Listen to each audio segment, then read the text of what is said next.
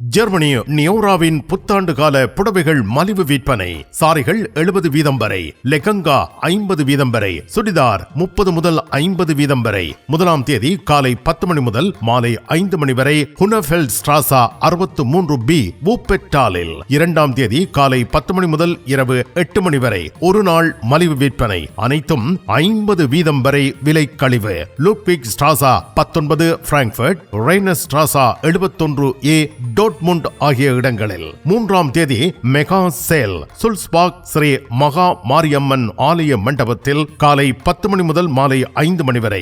4ஆம் தேதி காலை 11 மணி முதல் மாலை 5 மணி வரை போசைம் ஸ்ரீ நாகபூசணி ஆலய மண்டபத்தில் நியோராவின் மாபெரும் மலிவு விற்பனை.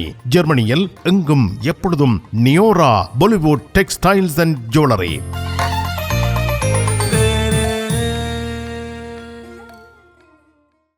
தமிழ் காட்சி ஊடகத்திற்கு நீங்கள் வழங்கி வருகின்ற ஆதரவுக்கு எமது நன்றியை தெரிவித்துக் கொள்கின்றோம்.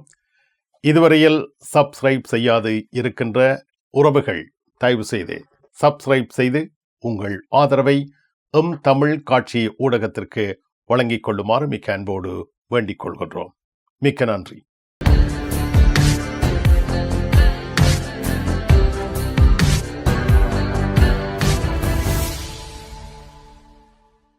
தமிழ் உறவுகளே வணக்கம். ஜெர்மனி செய்திகள். ஜெர்மனி நாட்டில் இருந்து வேலும் மயிலும் ராமகிருஷ்ணன் அவர்கள். தமிழ் உறவுகளே வணக்கம். ஜெர்மனி அரசாங்கம் நிர்வாகங்களில் பெரும் மாற்றங்களை ஏற்படுத்தி வருகின்றது.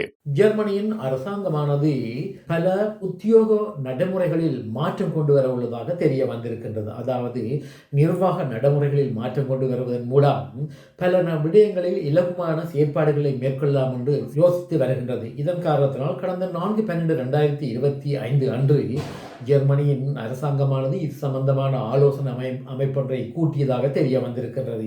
இந்த ஆலோசனை அமைப்பின் பிரகாரம் பூஸ்கெல்ட் அன்றைய வானுங்கெல்ட் என்று சொல்லப்படுகின்ற எச்சரிக்கைக்காக வழங்கப்படுகின்ற பணம் இதுவரை உயர் தொகையாக 55 யூரோவாக இருந்ததாகவும் எதிர்வரும் காலங்களில் இந்த தொகையானது 150 யூரோக்கள் வரை உயர்த்தப்படலாம் என்றும் தெரிவிக்கப்பட்டிருக்கின்றது. அதாவது வாகனத்தை ஓடும் பொழுது சிலர் சட்ட விரோதமான செயற்பாடுகளை மேற்கொண்டால் சில நிர்வாகங்கள் பூஸ்கெல்ட் என்று சொல்லப்படுகின்ற ஒரு தண்ட பணத்தை அறவிடுவது வழமையாகும். இந்த பணத்தினுடைய அதிக தொகை இதுவரை காலங்களும் 55 யூரோவாக இருந்ததாகவும் எதிர்வரும் காலங்களில் இந்த தொகையானது 150 உயர்வடையக்கூடிய வாய்ப்பு உள்ளதாகவும் தெரிவிக்கப்பட்டுள்ளது.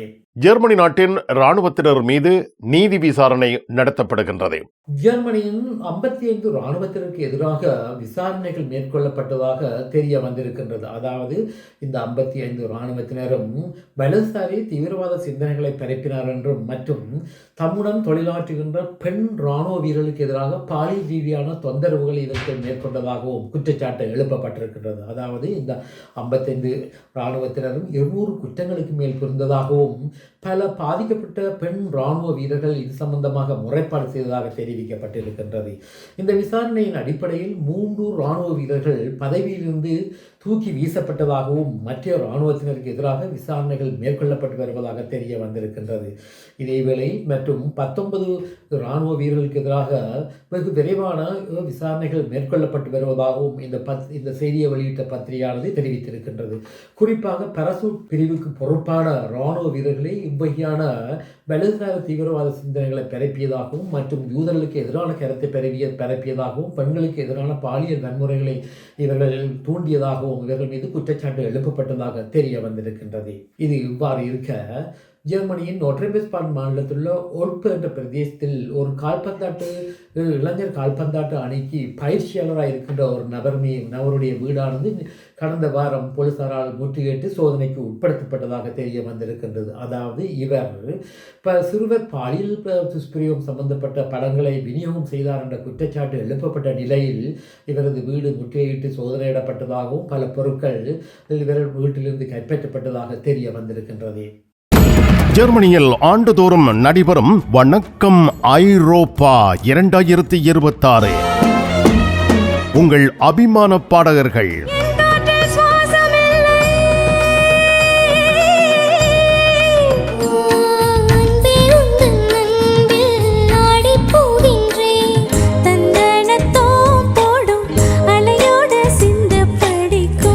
இசை கலைஞர்கள். மயக்கம் என்ன இந்த மௌனம் என்ன மணிமாளிகை தான் கண்ணே. ஜனவரி 1ஆம் தேதி ஜெர்மனி ஓபர்ஹவுசனில் வணக்கம் ஐரோப்பா வருகை தர யாவரும் இப்பொழுதே தயாராகுங்கள்.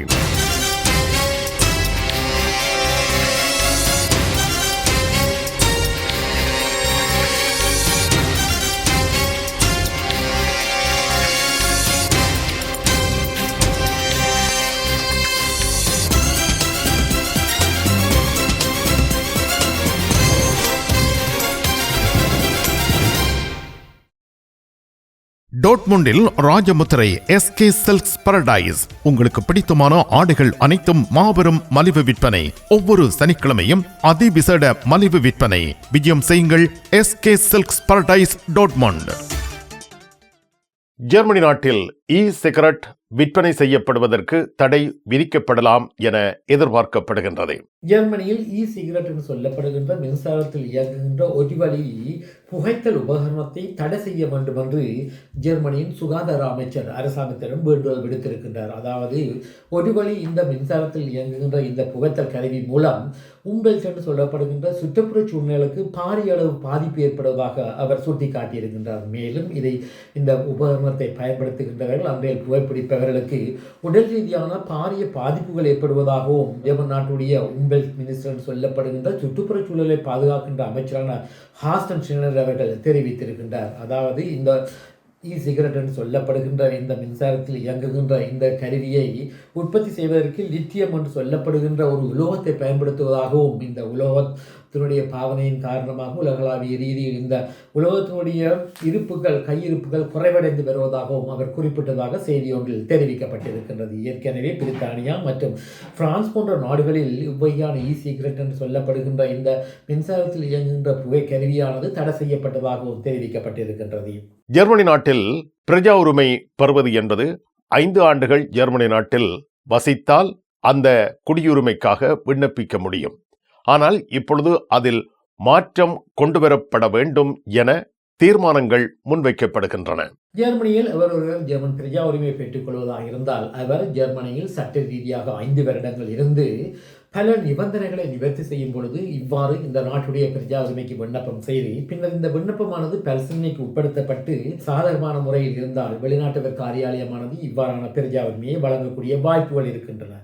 இதேவேளையில் ஜெர்மனியில் ஏற்கனவே கடுகதி பிரஜா உரிமையை பெற்றுக்கொள்கின்ற சட்டம் அமுலில் இருந்து பின்னர் இந்த ஆண்டு இந்த சட்டமானது பாராளுமன்றத்தில் திருத்தப்பட்டு இவ்வாறு கடுகதியில் ஜெர்மன் பிரஜா உரிமையை பெற்றுக்கொள்கின்ற நடைமுறையில் மாற்றங்கள் கொண்டு வரப்பட்டுள்ளது. இதேவேளையில் ஜெர்மனியில் மிக்ரேஷன் ஃபோர்ஸ் என்று சொல்லப்படுகின்ற குடியேற்றவாதிகள் சம்பந்தமான ஆய்வுகளை மேற்கொள்ளுகின்ற ரூட் கோப்மன் என்பவர் ஒரு கருத்தை இன்று தெரிவித்திருக்கின்றார். அதாவது ஜெர்மனியில் தற்பொழுது 1 மில்லியன் சிறிய நாட்டவர்கள் உள்ளார்கள் என்றும் அதாவது 10 லட்சம் சிறிய நாட்டவர்கள் உள்ளார்கள் என்றும் 2050ஆம் ஆண்டளவில் இந்த சிறிய நாட்டவருடைய எண்ணிக்கையானது 7 மில்லியன் அதாவது 70 லட்சத்தை கடக்கும் என்றும் இவர்கள் பல மில்லியன் பேர் ஜெர்மன் நாட்டின் பிரஜா உரிமையை பெற்றுக்கொள்வார்கள் என்றும் குறிப்பிட்டிருக்கின்றார். அதாவது ஏற்கனவே 1973ஆம் ஆண்டு வரை துருக்கி மற்றும் மொரோக்கோ போன்ற நாடுகளிலிருந்து ஜெர்மன் நாட்டில் வேலை செய்வதற்காக இந்த நாட்டிலிருந்து பல பிரஜைகள் ஜெர்மனிக்கு வந்ததாகவும் தற்பொழுது இவர்களுடைய எண்ணிக்கை 7 மடங்காக உயர்வடைந்துள்ளதாக சுட்டிக்காட்டியிருக்கின்றார். இதன் காரணத்தினால் ஜெர்மன் நாட்டினுடைய பிரஜா உரிமையை பெற்றுக்கொள்கின்ற காலத்தில் மாற்றங்களை கொண்டு வர வேண்டும் என்றும் அவர் தனது கருத்தில் தெரிவித்திருக்கின்றார். அதாவது இந்த நாட்டில் இவர்கள் சமுதாயத்துடன் ஒன்றிணைந்தாலும் இந்த நாட்டு பிரஜா உரிமையை பெற்றுக்கொள்வதில் அரசாங்கமானது காலங்களை நீடிக்கக்கூடிய சில நடைமுறைகளை கையாள வேண்டும் என்று ஒரு இணையதளத்துக்கு வழங்கிய செய்தியில் இவர் தெரிவித்ததாக இந்த இணையதளம் தெரிவித்திருக்கின்றது. இனி உலக செய்திகள். கடந்த ஞாயிற்றுக்கிழமை அன்று உக்ரைன் நாட்டு அரசு அதிபர் செலன்ஸ்கி அவர்கள் அமெரிக்க அதிபர் டொனால்ட் ட்ரம்புடன் அவரது வாசஸ்தலத்தில் சந்தித்து பேச்சுவார்த்தை நடத்தியதாக தெரிய வந்திருக்கின்றது. அதாவது 20 அம்ச திட்டங்கள் பற்றி இந்த பேச்சுவார்த்தையின் பொழுது ஆராயப்பட்டதாகவும் இந்த விடயத்தில் உக்ரைன் நாட்டு அதிபர் செலன்ஸ்கி அவர்கள் அமெரிக்காவானது உக்ரைனுடைய பாதுகாப்புக்கு உத்தரவாதம் வழங்க வேண்டும் என்று வேண்டுதல் விடுத்ததாக தெரிய வந்திருக்கின்றது. அதாவது பத்திரிகையாளர்களுடைய மாநாட்டில் ஒன்றின் பொழுது செவி அளிக்கும் பொழுது உக்ரைன் நாட்டு அதிபர் செலன்ஸ்கி அவர்கள் கருத்து தெரிவிக்கையில் அமெரிக்காவானது உக்ரைன் நாட்டுக்கு பாதுகாப்பு உத்தரவாதத்தை 15 ஆண்டுகளுக்கு வழங்கும் என்றும் அவர் குறிப்பிட்டதாக தெரிவிக்கப்பட்டிருக்கின்றது. இது இவ்வாறு இருக்க கிழக்கு உக்ரைன் பிரதேசத்தை முற்றுமுழுதாக ரஷ்யாவுடன் ஒப்படைக்க வேண்டும் என்று ரஷ்ய அரசாங்கமானது வேண்டுதலை விடுத்து வருவதாக தெரிய வந்திருக்கின்றது. குறிப்பாக டொன்பாஸ் என்ற பிரதேசத்தின் பல பிரதேசங்களை ரஷ்ய அரசப்படையினர் கட்டுப்பாட்டுக்குள் கொண்டு வந்துள்ள நிலையில் எஞ்சியுள்ள பிரதேசத்தை விட்டும் உக்ரைன் நாட்டு அரச படைகள் விலக வேண்டும் என்று ரஷ்யாவானது வேண்டுதல் விடுத்துள்ளதாக தெரிய வந்திருக்கின்றது. இது இவ்வாறு இருக்க நேற்று முன்தினம் ரஷ்ய அதிபருடைய வாசஸ்தலம் மீது உக்ரைன் நாட்டு அரச படைகள் ஆளில்லா விமானங்கள் கொண்டு தாக்குதல் நடத்தியதாக அங்கிருந்து வரும் செய்திகள் தெரிவிக்கின்றன. அதாவது 90க்கும் மேற்பட்ட ஆளில்லா விமானங்களை ரஷ்ய வான் பாதுகாப்பு அமைப்பினர் சுட்டு வீழ்த்தியதாக தெரிய வந்திருக்கின்றது. மிக்க நன்றி வேலும் மயிலும் ராமகிருஷ்ணன் அவர்களே. மீண்டும் சந்திப்போம். வணக்கம். அதெல்லாம் இருக்கட்டுமாப்பா, வீட்டு டிடி பாக்ஸ் இருக்கோ? என்ன இல்லையோ? எனக்கு விசாக்கு முதல் டிடி பாக்ஸ் இருக்கும். சரி, ஓகே, பாய். நைட் எடுக்கிறேன் என்ன? சரியா? இங்க என்னடா வாங்கி விற்கிறாரா? என்னப்பா உலகம் டிடி பாக்ஸ் எல்லாம் இருந்திருக்கு? இல்ல, அவர் என்னன்னு சொன்னா ஃபுட் சிட்டி வச்சுக்கிறாரு தானே. இப்ப கொஞ்சம் பிஸியா இருப்பார். அவர் வீட்டை டிவியும் பாக்குறீங்கள. அப்ப இப்ப நான் போறேன் தானே, இப்ப வாங்கி விற்பேன். மறந்துடாதீங்க, நீங்களும் வீட்டுல டிடி பாக்ஸ் வாங்கி வைங்க. தமிழ் தொலைக்காட்சிகளின் நிகழ்ச்சிகளை தங்கள் இல்லங்களுக்கு எடுத்து வருவதில் முன்னணி வகிப்பது டிடி பாக்ஸ். நீங்கள் விரும்பும் தொலைக்காட்சி நிகழ்ச்சிகளை இலகுவாக பார்த்து மகிழ டிடி பாக்ஸ். விவரங்களுக்கு 0049 1630 00 78 00.